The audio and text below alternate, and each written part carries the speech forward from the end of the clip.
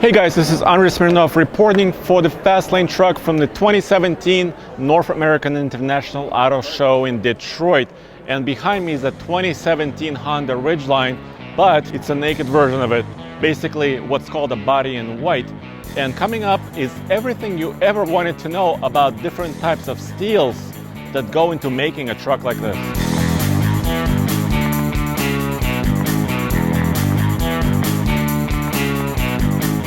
The Honda Ridgeline is really a unibody crossover pickup truck, and you can see exactly why in this demo. This is called a body in white. It's got a few extra features you don't normally see in a body in white, such as the wheels and the steering wheel and things, but it basically represents the structure of the vehicle.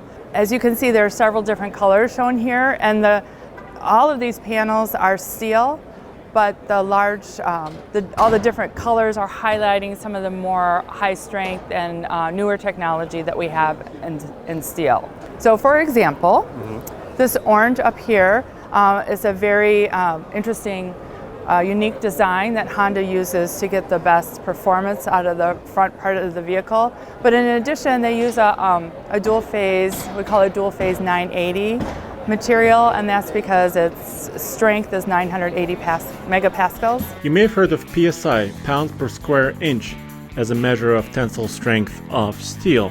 Megapascal is just another unit to measure it. We hear terms like PSI. You know, this frame is 37,000 PSI. Okay. What is that referring to? It's just a different way of saying megapascals. Okay. So megapascals is a metric unit, and PSI or KSI is an English unit. This is a rare opportunity to see exactly how a pickup truck or a crossover or any vehicle is built. For example, you have different strengths of steel in this case that compose the bed, part of the subframe in the green color, and also the bulkhead that separates the cabin from the bed.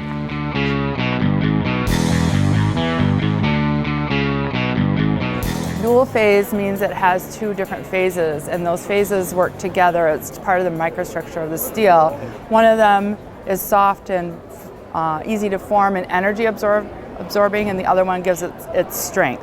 The two work in combination such that in a crash situation, there's a lot of energy absorption up front so that doesn't get translated into the passenger compartment. Okay. So in contrast, in the passenger compartment, we want something a little bit more rigid. And what unfortunately is not shown very well, behind this outer panel, this silver door ring, there is actually a press hardened steel. And that is very high strength steel. It is over 1,500 megapascals, so 50% stronger than the front structure. And that's included in the A-pillar as well for like crash protection from the top. Exactly, anti-intrusion especially. So it's very strong, very rigid, and will keep the crash event from getting to the occupant. Is the silver part also still here in this example? It is, but a lot of this silver here is some of our lower grades of steel. So like the outer panels usually represent like a mild steel or a bake hardenable, anywhere from like 200 to maybe 400 megapascal.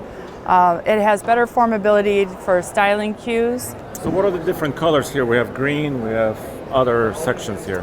They do represent different grades of steel that are being used, and some of them are indicating that they're really high strength for the anti-intrusion or adding the ductility, and sometimes they're like the middle strength range, so they're providing a good structural performance, but they're also getting maybe some additional, like the floor pan's a little different than in the truck than a car, but a lot of times in the floor pan you need a lot of extra formability. So you need some good strength, but a combination of good formability. Different components of the vehicle require different strengths of steel. For example, the section up front is for crash protection and energy absorption, and the cabin itself has to be very rigid and stiff to protect the passengers.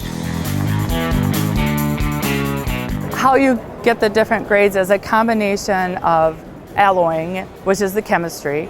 So all steel is mostly iron based and has a little bit of carbon. And then to get some other properties, you vary the carbon amount, or you can add other alloying elements. You can add manganese and chromium and nickel, and just, it depends on the properties that you want to get out of the seal. But that you have to combine with what we call thermomechanical processing. And simply all that is the rate at which you cool the steel once you're making it and solidifying it from the melt. Okay. That's the thermal part, how fast you cool it. There are some steels that require holding at a temperature for a while and then cooling it some more. And then the mechanical part is, you take, we do continuous cast billets, and so we get some pretty thick sections that we have to roll down to get to the size of this sheet here, the gauge of it, yes, exactly. We have lots of coverage for you from the 2017 North American International Auto Show in Detroit. You can click up here to see a lot more videos from the show, and down here to subscribe. And go back to tfltruck.com for more news, views, and real-world reviews.